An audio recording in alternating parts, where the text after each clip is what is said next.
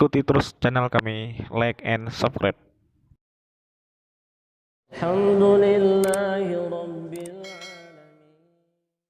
Assalamualaikum Ustaz. Waalaikumsalam. Bagaimana sebenarnya peran seorang akhwat? Akhwat itu ujungnya T. Akhwat. Di sini D. Akhwat. Yang D itu qul huwallahu ahad, Allahu somad. Bagaimana seorang akhwat muslimah di luar rumah dalam berdakwah atau kadar urusan di luar rumah? Tapi saya dengar hadis sebaik-baik perempuan itu di dalam rumah. Waqarna fi buyutikunna, wahai perempuan menetaplah engkau dalam rumah. Perempuan tetap dalam rumah. Tablik akbar nggak boleh, pergi pulang. Nabi melihat Asma itu saudara kandung Aisyah, memikul makanan onta dan makanan kambing, dan Nabi tidak marah. Nabi nggak mengatakan, hei Asma pulang ke rumah, tapi Nabi malah membantunya. Itulah hadis takriri menunjukkan perempuan boleh keluar rumah bekerja beraktivitas dengan syarat dan ketentuan berlaku. 5 syaratnya. Pertama, tidak bersolek-solek jahiliyah. Jangan sampai ibu besok keluar rumah mukanya sebelah hijau sebelah biru. Pulang suaminya ngamuk, siapa yang nempeleng kau tadi? Mohon maaf bang, salah make up. 2, la yakhluwanna rajulun ma'amra'atin illa ma'azi mahramin. Jangan berdua-duaan dengan laki-laki yang tidak mahram. Masalah sholat saya ikut Quran Pak Ustaz. Masalah zakat saya ikut Quran Pak Ustaz. Masalah haji saya ikut Quran Pak Ustaz. Tapi masalah berdua-duaan ini rasanya nggak apa-apalah Pak Ustaz. Udah seperti kakak saya, sudah macam abang saya, sudah macam adik saya. Ingat, berawal dari macam, berakhir dengan macam-macam. 3, la tusafiranna mura'atun. Tidak boleh musafir pergi. Kepala dinas melepas, pimpinan perusahaan melepas, GM melepas karyawan pergi keluar kota, silakan berangkat. Ternyata berdua-duaan, na'udzubillah min dzalik. Yang keempat, tidak lain tidak bukan adalah apa dia? Itulah yang disebut jangan sampai la yadribna bi arjulihinna. Jangan memukulkan kaki ke lantai. Perempuan nggak boleh memukulkan kaki ke lantai, dipakai gelang kaki gemerincing. Lewat di depan, kerincing, kerincing, kerincing, kerincing, kerincing. Andai saya sedang tausiah, tiba-tiba lewat perempuan pakai kaki gemerincing, kerincing. Semua mata nggak ada yang lihat saya, semua ngeliat kaki dia. Apa maknanya? Mencuri perhatian dengan sesuatu. Dipakai, sekarang mungkin gemerincing nggak lagi. Dipakai sepatu, tumitnya 10 cm. Kecil sebesar ini. Dia yang lewat, kita yang ketakutan. Lihat dia melangkah. Ini salah satu. Dipakai punuk onta sampai tinggi ke atas. Kalau sekedar dikit aja nggak apa-apa. Kebetulan rambutnya panjang. Lalu dia ikat dengan karet. Karet habis beli gula kan ada karetnya. Lalu dia ikat. Dia nggak apa-apa. Karena kalau pakai jilbab rambut nggak diikat, nanti pas buka ke depan disangka suami sundel bolong. Diikat dikit nggak apa-apa. Tapi kalau sampai dia angkat tinggi ke atas sehingga menjadi pusat perhatian seperti punuk onta, itu tidak boleh. Yang kelima, la takhda'na bil qaul. Kerja aktivitas wanita karir di luar rumah bersuara mendayu-dayu, mendesah-desah, nggak boleh. Sekantor, gimana hasil laporan tadi? Sebentar ya Pak. Apa ini? Makanya kalian kalau ada orang nelpon itu, kalau ditanya Assalamualaikum, Waalaikumsalam, gimana nih? Samarinda, Kalimantan Timur. Assalamualaikum, Waalaikumsalam, gimana nih? Samarinda. Itulah terjadi semua kekacauan. Berapa banyak perselingkuhan terjadi gara-gara apa? Gara-gara salah sambung.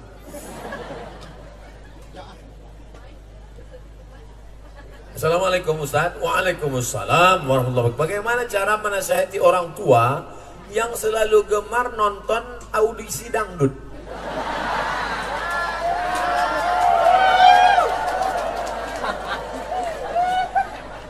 saya ceramahi anak muda, saya pikir orang tua sudah selesai. Ternyata anak mudanya ngaji, orang tuanya nonton audisi dangdut. Malah berdoa supaya itu yang lulus. Ya Allah, tolong banyakkan SMS untuk yang ini. Kalian anak muda yang udah ngaji, bukan berarti mentang-mentang orang tua kalian belum hijrah, lalu kalian pulang menceramahi orang tua. Ini nggak benar. Niatnya baik tapi caranya nggak betul. Jangan pulang dari sini kalian panggil, mama sini. Assalamualaikum warahmatullahi wabarakatuh. Kan begitu. Tapi kalian kasih tahu, kira-kira yang mamamu ini yang suka nonton audisi dangdut ini, kira-kira omongan siapa yang dia dengar? Kira-kira omongan siapa yang dia dengar? Cari orang lain yang omongannya didengar supaya menasehati dia. Oh, dia dulu pernah pergi umroh sama Ustadz Yuliansa. Ustadz Yuli ngomong dengan dia, dengar, dengar. Bentar.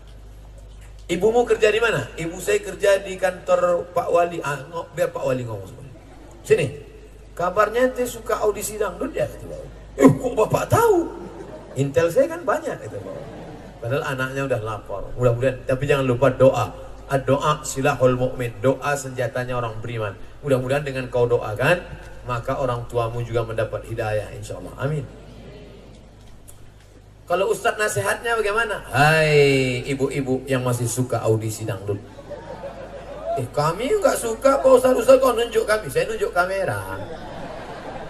Hai ibu-ibu dimanapun berada, baik di Samarinda maupun di ujung dunia, kalian yang masih suka nonton audisi dangdut, ingatlah bu, kau akan mati menghadap Allah dan kau tidak akan dikirim oleh lagu Kiong Racun Kucing Garong Kabin Kaci Kabigam Kuc Kuc Sutahe.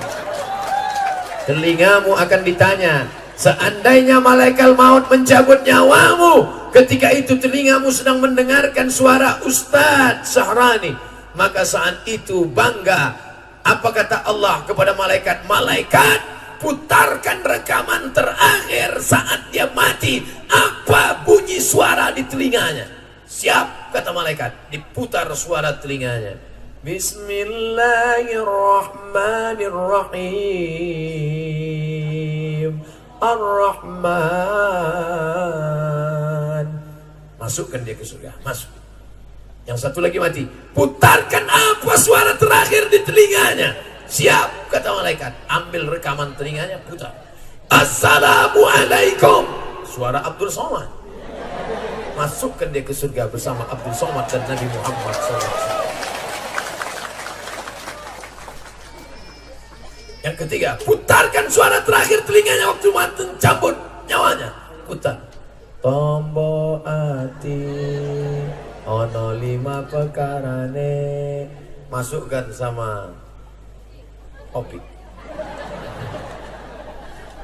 Ini putarkan telinga, harus diputar. Masukkan sama ini, putarkan telinga.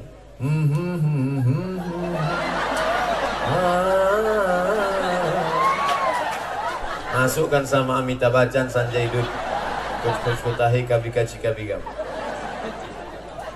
Almar'u ma'aman ahab. Orang akan bersama dengan siapa yang dia cintai. Wahai ibu-ibu yang masih suka audisi dangdut, kau akan bersama dengan penyanyi dangdut yang melihatkan kakinya, yang melihatkan betisnya, yang melihatkan bupati buka paha tinggi-tinggi.